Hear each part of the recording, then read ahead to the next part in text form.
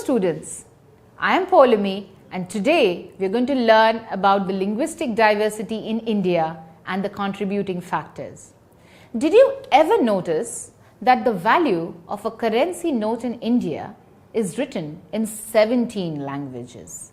Well, if you haven't, you should possibly pick up any Indian currency note right now and see it for yourself.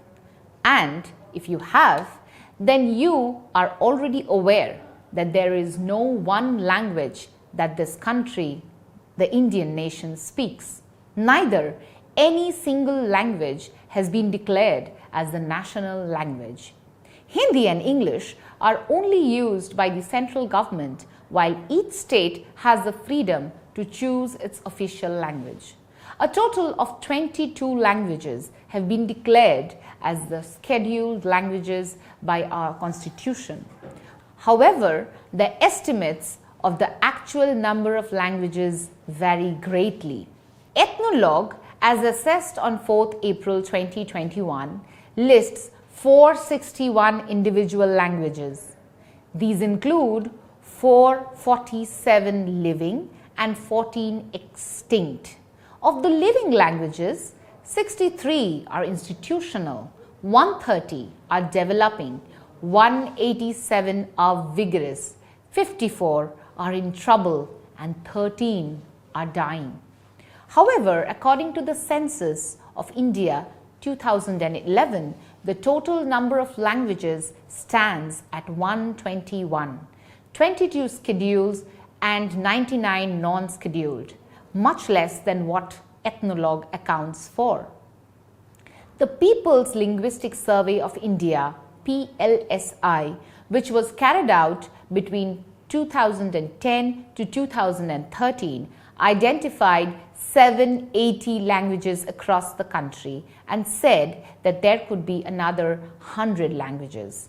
Speech Studies PLSI, India's first language survey in a century, which unlike the previous one was not a government effort, was spearheaded by G.N. Davy and his Bhasha Research and Publication Center with the help of 3,000 people, a tenth of whom were linguists, and the Denotified and Nomadic Tribes Action Group, which he co-founded.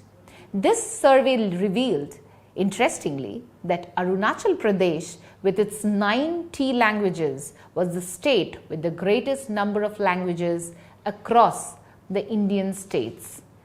Around 220 languages have gone extinct in the past 5 years. Thus, there is no doubt that India is a home to a wide variety of languages, a veritable Tower of Babel, and as aptly put by the eminent scholar A.R. Dasa, India represents a spectacle of museum of tongues.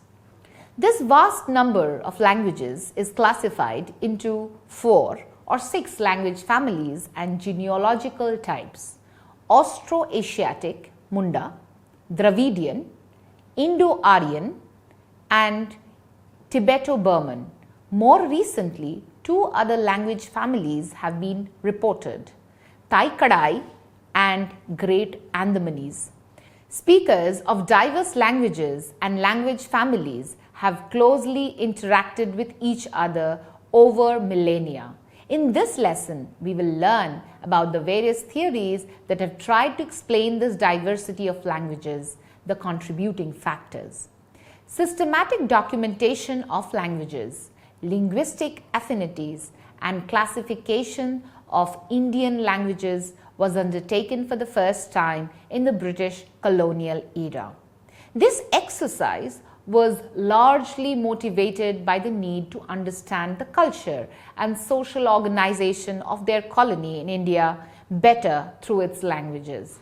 Their ultimate goal was to consolidate their administrative position in the colony. According to Trotman, the knowledge creation about Indian languages and society was the result of partnership between British Orientalists and Indian Pandits under the colonial condition. British Orientalist discourse on India paved the way for the concept of the superior Aryan race and the scientific racism in the 20th century. This development can be traced back to William Jones' discovery of Sanskrit and his claim for the monogenesis of Sanskrit and of Greek and Latin. Jones, a judge in the British Bengal and an Orientalist, made observations regarding the similarity of the Indian language, Sanskrit, and the European classical languages, Greek and Latin, in his 3rd anniversary lecture at the Asiatic Society of Calcutta on 2nd February 1786. This discovery was fundamental to the subsequent development in philology, which led to the postulation of historical relationships among languages, their classifications, and eventually language families. The discovery of Jones led to the postulation of an Indo-European language family, which became the foundation for comparative philology and the standard of historical linguists. The Indo-European language family, of which Sanskrit, Greek, and Latin were members, is the most extensively studied of these families. The shared ancestry of the speakers of European languages and those of Persian and the Indo-Aryan languages are now strongly established. This interest encouraged the comparative philology enterprise, culminating in the proposition for shared parentage and a family of languages which included Indic and European languages. The philological label Indo-Aryan was maneuvered to construct the superior Indo-Aryan race, ethnic group members of which had presumably originally lived in Central Asia. Thus, the Aryan language speakers in the subcontinent, like its British colonizers, were outsiders. As is well documented but greatly debated, this discovery of the philological research was instrumental in proposing that the speakers of the Aryan languages in northern India have migrated into Indian subcontinent in prehistoric times, and by the virtue of their superior knowledge of advanced metallurgical techniques, well-developed rituals, military arts, and horsemanship, had assumed a socially dominant position, subjugating in the process original inhabitants of the subcontinent. Subsequently, guided by the doctrine of the linguistic unity of India, the Calcutta-based Orientalists had advocated the theory that the South Indian languages were descendants of the Sanskrit language too. This philological enterprise was clearly usurped by the Indologists interested in the prehistory of the Indian subcontinent. Way back in 1894, Sir George Grierson, a British magistrate resident in India, conducted a linguistic survey of India, which included what is now Pakistan and Bangladesh, and found the existence of 179 languages and 544 component dialects of these languages in northern India. He almost excluded the Dravidian-speaking parts of South India. However, colonial officers stationed in South India, Madras Presidency, realized the distinctiveness of South in terms of land systems, languages, land tax settlement, and district administration, legal traditions related to inheritance of property, history, and culture. This led to the birth of the Madras School of Orientalism, which was to have an important role in identifying a distinct family of languages in southern India, unrelated to Sanskrit, the genitor of northern modern Indo-Aryan languages. The distinctiveness of the languages such as Tamil, Kannada, Malayalam, Telugu spoken in southern India was noticed. Ellis 1816 and Shadwell 1856 had contributed to the consolidation of a separate Dravidian language family, as stated by Trotman and Venkateshwaralu. This was a significant development in the understanding of Indian philology. In the present day, the majority of Dravidian languages, namely Tamil, Telugu, Kannada, and Malayalam, are concentrated in the southern part of the country, but there also exists a few northern outlier languages belonging to this family. Brahui in the Baluchistan of Pakistan, Kuruk, Maltu, Pengu in the east central parts of India. On the other hand, the Indo-Aryan languages, namely Hindi, Urdu, Punjabi, Assamese, Bengali, Odia, Gujarati, Marathi and Kashmiri are spread from the northwestern parts of India to the northeast. Two other major language families in India are the Austroasiatic. The Munda sub-branch of this family is represented by about a dozen languages in central India, and the Khassian sub-branch primarily in Meghalaya, and the Tibeto-Burman family of languages in the northeast. In 1956, the states of independent India were reorganized on linguistic basis. For the most part, each state had a majority language which takes precedence over the many others which existed in the region. The official language is not always, however, the majority language of the state. For example, many northeastern states use English for their purpose. Others, such as Gujarat, use Gujarati and Hindi as their official language. The linguistic demography brought out by the 1961 census of India listed 1,652 mother tongues. In the findings of 1971 census, the figure was substantially reduced and only 108 languages were spoken by more than 10,000 people who were officially recognized. The census of 2001 recorded the existence of 1,365 rationalized mother tongues, 234 identifiable mother tongues, and 22 major languages. The language-related data of 2011 census have not been released by the Government of India. This is where G.N. Davies' linguistic survey of indigenous languages of India becomes crucial. According to him, as voiced in his 2016 book, The Language Loss of the Indigenous, the language scenario in India is precarious. While India tops the UNESCO list of languages in danger with about 197 extinct languages, 850 languages still survive. PLSI has been able to identify about 780 of them, which is no small feat. Davy cautions that if we do not take seriously the situation and take stock of the complexity of it right away and engage in well-calibrated micro-planning for the remaining languages, we would soon lose the rich diversity and the fabulous reservoir of indigenous languages that are part of our culture and heritage. When a speech community comes to believe that education in some other language is alone the way ahead for its survival, the given community decides to adapt the new language situation. It would be pertinent, therefore, to consider whether there is something inherent in the dominant development discourse in the contemporary world that requires a diminishing of the world's linguistic heritage, that demands a kind of phonocide.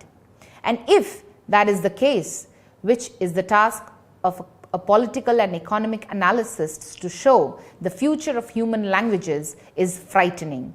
The communities that are already marginalized within their local and national contexts, the ones that are already in a minority within the cultural context, the ones that have already been dispossessed of their ability to voice their concerns are obviously placed at the front line of the phonocide.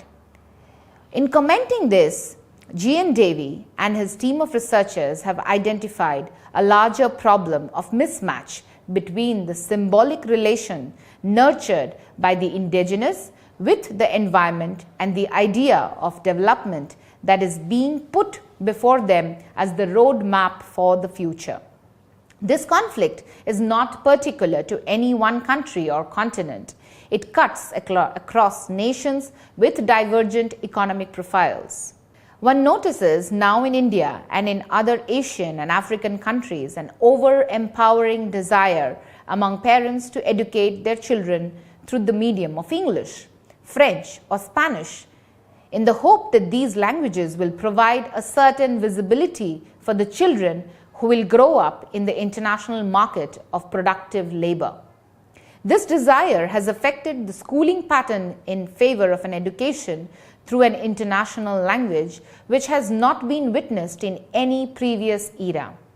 Devi continues, over the last 2 centuries, thanks to the desires triggered by colonialism, imperialism, and globalization, the languages of the world have appeared to be distributed into 2 clear categories, the languages of knowledge and the languages of indigenous, thus turning everything indigenous into non-knowledge.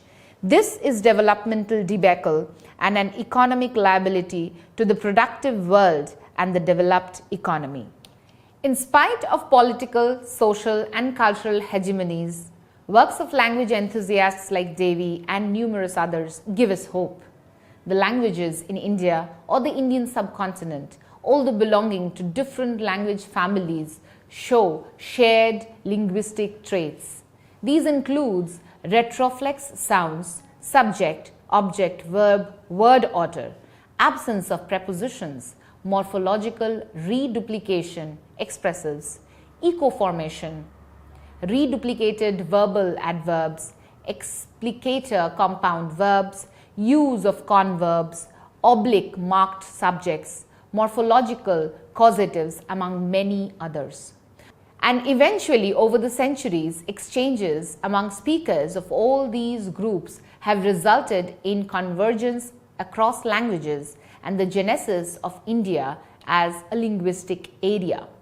It is therefore not surprising that in a country with innumerable mother tongues belonging to 6 language families, we do coexist, albeit with internal conflicts, but we do so nonetheless. It is not the simple harmony in diversity philosophy, but the complicated and the real experience of unity in discord. This argument stems from the fact that it is rather impossible to use only the mother tongue outside the 4 walls of our homes, or unless people are compelled to stay in some remote corner of the country, not having any communication and contact with others. But that can never be the case in India. Language diversity is an accepted fact and way of life. No Indian has one single language. Multilingualism is an inherent trait of every Indian resident, which basically arises due to the fervent need to communicate across speech communities.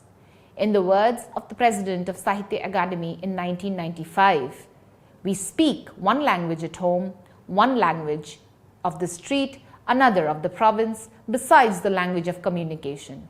Even while speaking, we are always translating from one language to another. With such enormous diversity, we are bound to be curious about what could be the contributing factors. Well, by now we have understood that these of the many factors could be the history of India, the geographical location where a person is placed, their economical and social caste status, ethnic groups, and sometimes even sex and age. This brings us to the conclusion of this lesson, and hope we have been able to understand what leads to this unique diversity of languages that India has. Thank you.